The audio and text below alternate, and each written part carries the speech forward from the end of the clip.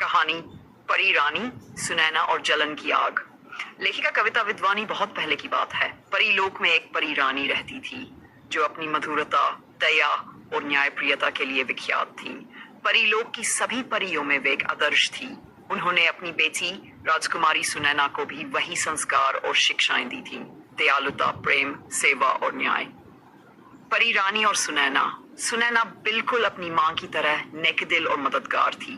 वह अपने परी लोक की प्रत्येक आवश्यकता वाला की मदद करती, दुखी परियों की सेवा करती और हमेशा मुस्कान लिए रहती। हर कोई उसकी प्रशंसा करता था, पर किसी को यह भी लगने लगा कि किसी के पास उसके संघर्ष और सेवा की कहानी सुनाने का मौका ही नहीं मिलता, क्योंकि सुनैना चुपचाप सब करूंगी, किसी से कुछ अपेक्षा न रखेगी। परी लोक में उसकी एक बचपन की सहेली नीरा भी थी, जो बाहरी रूप से तो सुनैना की मित्र लगती, लेकिन मन में हमेशा जलन और द्वेष रखती।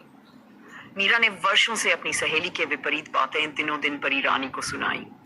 उसने बताया कि सुनैना अहंकारी हो गई है, झूठ बोलती है और धीरे धीरे कठोर और मददगार कम, क्रोधी ज्यादा हो गई है। लेकिन रानी परी ने शुरू में उसके शब्दों पर ध्यान न देने की कोशिश की, क्योंकि वे स्वयं सुनैना को जानती थी।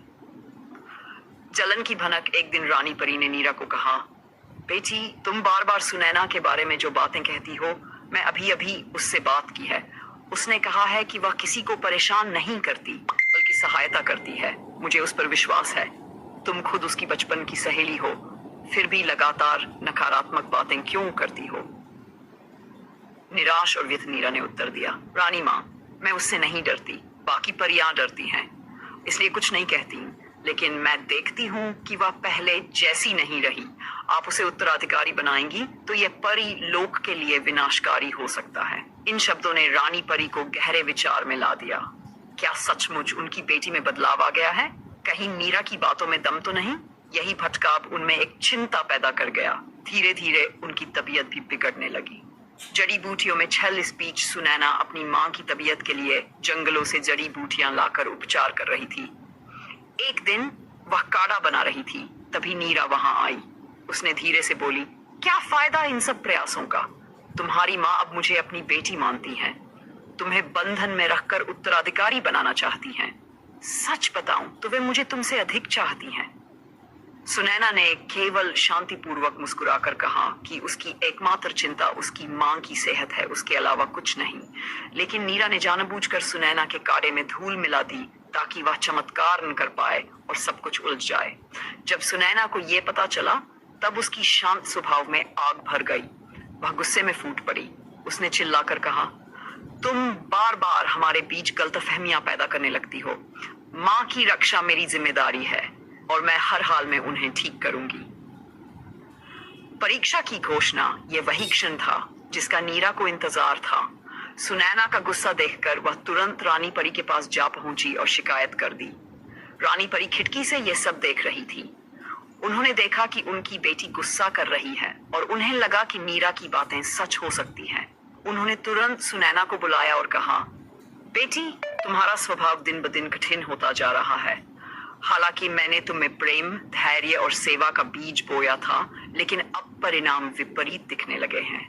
परी लोक की रानी बनने के लिए तुम्हें शांत, न्यायप्रिय और निस्वार्थ होना आवश्यक है। सुनैना ने शांत स्वर में कहा, माँ, यदि आप चाहें कि मैं अपनी योग्यता साबित करूं, तो मैं परीक्षा देने को तैयार हूं। रानी परी ने उसे समझाया, ठीक है, तुम धरती लोक जाओगी। वहां तुम्हें बिना किसी स्वार्थ के उन लोग की सेवा करनी है जो सच में मदद के पात्र हैं। जब जब कोई दिल से तुम्हें धन्यवाद कहेगा, तुम्हें उस पर तुम्हारे पास कुल मिलाकर अब 7 और बैज इकट्ठा हो जाएंगे। तुम परी लोक लौट सकती हो।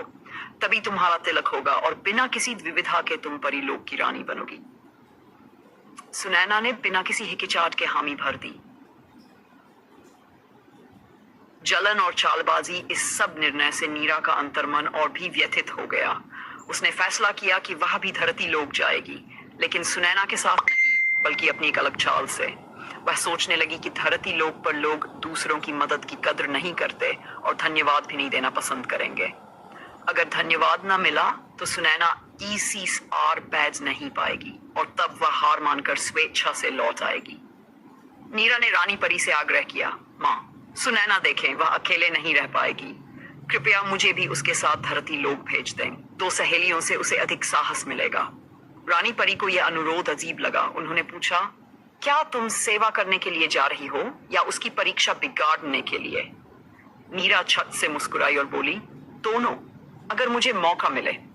रानी परी ने सोचना शुरू किया, लेकिन सुनैना की भावना और मानवीय करुणा देखकर उन्होंने अनिच्छा के बावजूद हाँ कर दी। ऐसे में 2 सहेलियां धरती लोक की यात्रा पर निकल पड़ी, एक सच्चे सेवा भाव और प्रेम के साथ, दूसरी जलन, द्वेष और चालाकी के साथ। परीलोक की पुष्टि, जहां सुनैना ने अपनी परीक्षा का साहस से सामना किया, वहीं नीरा हर संभव तरीके से उसे भ्रमित करने की चेष्टा करने लगी। धरती लोक में सुनैना ने निर्धन, बेसहारा, वृद्ध लोगों की मदद करना शुरू किया। रातों में खाना पहुंचाया, अकेले बच्चों को पढ़ाया, वृद्ध अवस्था में असहाय लोगों के साथ समय बिताया। धीरे धीरे लोगों के दिलों में श्रद्धा पैदा हुई और उन्होंने उसे धन्यवाद से सम्मानित किया। जब सुनैना ने 5 बैज अर्जित किए, तब नीरा की कोशिशें तेज हो गई। उसने बैज चोरी करने की कोशिश की या सुनैना की सहायता में बाधा डाली, लेकिन सुनैना का समर्पण कभी डगमगाया नहीं। वहीं उसने बैज मिलने पर विनम्रता से सभी का अभिवादन किया और स्पष्ट किया कि यह बैज मेरे लिए नहीं, प्रेम, सेवा और मानवता की जीत के प्रतीक हैं। विजय और लौटना। अंततः जब 4 बैज पूरे हुए, तब सुनैना ने अपने आखिरी सहायता के लिए एक बूढ़े उपेक्षित वृद्ध को चुपचाप सहायता की। वह वृद्ध, जो कभी किसी से अपेक्षा नहीं रखता था, उसने दिल से कहा, धन्यवाद, तुमने मेरा जीवन फिर से विश्वास से भर दिया। वह अंतिम 8 बैज मिला और उसी क्षण परीलोक से बुलावा आया। दोनों सहेलियों को परीलोक लौटना था, लेकिन वहां नाटकीय रूप से फैसला होना था। परलोक वापसी और निर्णय। परीलोक लौटने पर रानी परी ने सभा बुलाई। उन्होंने कहा, सुनैना, तुम्हारी सेवा भावना, धैर्य, क्षमा और प्रेम ने तुमको ER बैज दिलाए। तुम परीलोक की योग्य रानी बन चुकी हो। उस दिन प्रचार हुआ कि सुनैना को परीलोक की रानी घोषित किया गया, जबकि नीरा, जो विद्वेष की चुभन लेकर धरती लोक गई थी, चर्चा के केंद्र में आई। उसका व्यवहार सामने आया और वह कारागार बुलियन हुई, लेकिन सेवा भाव युक्त सुनैना ने उसकी सुध लेने की भी ठानी। रानी परी ने निष्कर्ष दिया, सच्ची योग्यता, प्रेम और सेवा करता स्वभाव कभी नहीं पराजित होते, चाहे कितनी कठिन परीक्षा क्यों न हो।